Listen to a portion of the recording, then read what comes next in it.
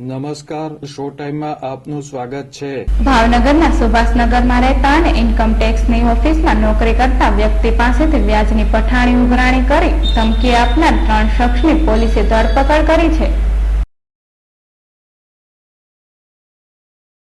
ભાવનગરના સુભાષનગરમાં રહેતા અને ઇન્કમ ટેક્સ વિભાગમાં નોકરી કરતા પરજન્યભાઈ ઓઝાએ મકાનના રિનોવેશન માટે રાજદેવસિંહ વાળા પાસેથી, તેમના સાથી કર્મચારી માટે ભૌતિક મેર પાસેથી તેમજ લોનનો હપ્તો ભરવા માટે રવિ પરમાર પાસેથી ઊંચા વ્યાજે નાણાં લીધા હતા।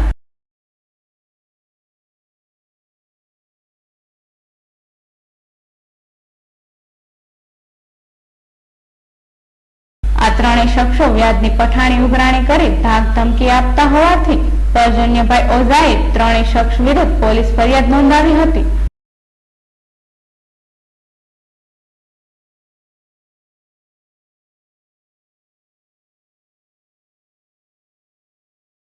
ઘોઘા રોડ પોલીસે ગુનો નોંધી 3 શખ્સની ધરપકડ કરી કાયદેસર કાર્યવાહી હાથ ધરી છે।